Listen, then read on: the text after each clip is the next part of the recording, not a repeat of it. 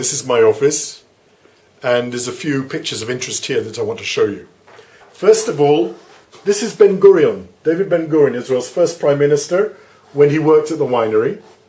He started here before he went into politics, and he caused a few problems. He was responsible for the first strike in Israel, which happened at Carmel Winery at Rishon. I think it was 1906, 1907. He started a competition amongst the other workers who could stand on the grapes for longest time. For 3 straight days he stood on the grapes, stamping on the grapes, and he won his bet. He beat everyone else. But the smell of wine during fermentation made him feel so ill that he couldn't taste wine for years after. So that's Ben-Gurion. When he came back here in the early 70s, just a few years before his death, this is him meeting the manager, Mr. Oshczynski, and he had some very good things to say about the winery. The Carmel Winery is unique in that we have had 3 prime ministers of Israel who have worked at Carmel. David Ben-Gurion was the first. The second, the clue is in the name, Levi Eshkol. Eshkol is a grape cluster. He managed the vineyards surrounding Rishon LeZion. In those days, the winery was a proper French chateau. There was the chateau, and surrounding were vineyards. And the third prime minister of Israel who worked at Carmel was Ehud Olmert, who was born in Binyamina, but he didn't work at Zichron, he worked here. Rishon LeZion, I don't know another company in the world that has 3 prime ministers working for them. This is the shares. The first time Carmel was launched wasn't in Israel. In fact, it was in export markets. Carmel was a name used for marketing the wines of Rishon LeZion and Zichron Yaakov abroad. And the first time Carmel appeared was in Warsaw in 1896.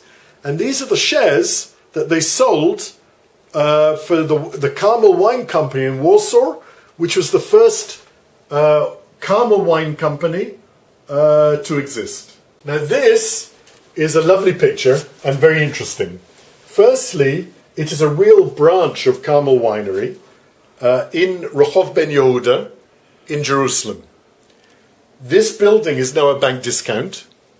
And what's interesting here, here the word Rishon LeZion is written like the French write it, with a CH instead of an SH, because the administrators of the winery in those days were French. And you can see here the logo of Rishon LeZion is bigger than that of Carmel. This is the famous Palwin wine. This wine was sold in England, was the #1 kosher wine sold in England. Didn't do any good for Carmel's image because it was a Kiddush wine, a sacramental wine. Historically, it's a very important brand because Pal wine is short for Palestine wine. And when they opened the Carmel branch in England, it was known as the Palestine Wine Company in 1898. And the main brand they sold was Palwin, Palestine wine. And each wine had a number. Why? Because the new immigrants who were coming in from Russia and Eastern Europe didn't speak English, but they needed to order the wine. So each wine had a number, and they used to go in and say, I want number 10 or number 4A, until today. Now this is an advertisement, a handful of Palestine, Palwin, Palestine wines from the Palestine Wine and Trading Company. It's a little bit of history. And the date, April the 10th, 1925.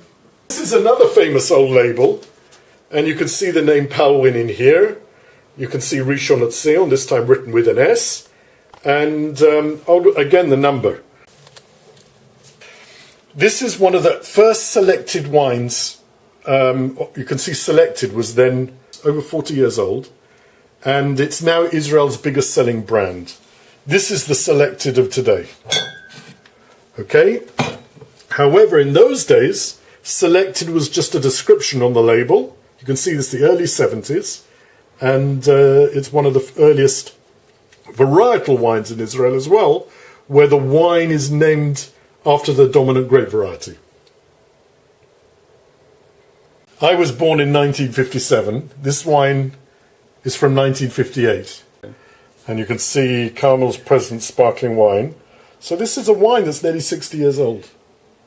This was a wine that was the first quality wine aged in small oak barrels.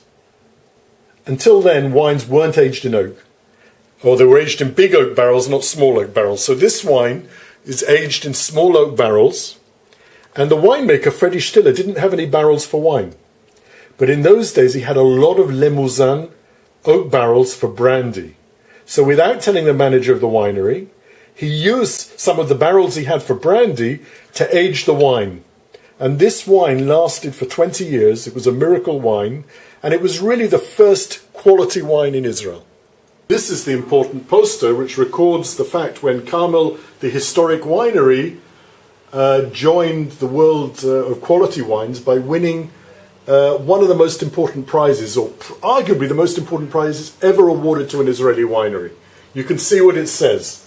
Only a winery of 120 years history can make history. And this was the Kerem Kayoumi Shiraz of 2006, which won the Decanter World Wine Award 2010, which is the Oscars of the world's wine awards, and no Israeli winery until today has succeeded to win this prize. So it was a tremendous honor for Israel and of course for Carmel.